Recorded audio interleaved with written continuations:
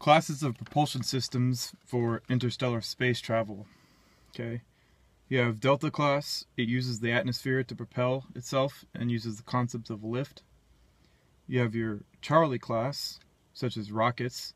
They still have oxidizers and fuel, just like a regular Delta class does, but they're the rockets. They don't need an atmosphere to propel themselves. As long as you can bring the fuel with you, you can go as far as you want, wherever you want. It just takes a lot of time. They're very slow. And you have Bravo class, B class. They're a craft that can manipulate ionized matter very efficiently, and they can use stars to refuel themselves as they go through stellar systems. And they work very efficiently, meaning their skin actually can absorb a lot of the energy that they need. So instead of having the fuel on board as supercooled hydrogen and oxygen, they actually can absorb fuel from their skin. Think of photosynthesis. You know how a plant makes its own food? Well, Bravo class craft makes its own fuel. That's what we're talking about. Very high technology. I think that's the future. Then you have Alpha class. Alpha class craft don't need outside fuel sources at all. They actually use the energy of the matter itself to manipulate itself to where it wants to go.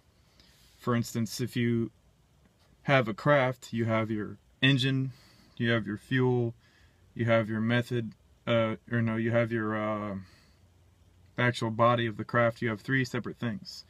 With an Alpha class, those three separate things become one. The body itself of the craft is its fuel, is the body itself, and is its method for propulsion. So Alphas are pretty darn advanced, and I think that's the future of space travel. And obviously, if they can manipulate themselves, they could probably travel from star system to star system and not have to worry about asteroid fields, because they'll go right through it as if the matter wasn't even there. Just like a beam of light. Water. Water is very important for life, and I wanted to discuss this because I saw a video of Elon Musk talking about how we're going to go to Mars in case there's a calamity on the Earth. You know, we can go ahead and go to Mars if something really screwy happens on Earth and humans they do what they do best, kill each other in mass scales again. But I don't think going to Mars is a good idea. I think it'd be much better to design a large spacecraft that we can live inside and not have to worry about traveling to another star system. We could actually live on the craft itself. Given if we could build enough of this craft in outer space, using, obviously different kinds of propulsion to get us up there, because rockets are pretty inefficient. But if we have a craft that's large enough, say maybe like a kilometer by a kilometer by a kilometer, that's a whole lot of space for a whole lot of people. And it's actually very, very small. Of course, there would be a lot of working parts in there and probably cost more money than I can even imagine.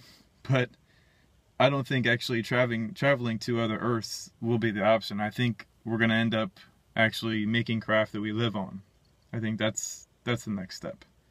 Because when you look at the space station, the International Space Station, there's people living on there. That's the next step. But the trick is going to kind of make it to where people can live up there in a healthy manner instead of, disintegrating because there's no gravity and their bones, their joints fall apart and all that crap happens. But anyways, that's the talk for today. I want to keep it nice and short so people don't lose interest. Today is April 25th, 2015. Have a good day, everybody.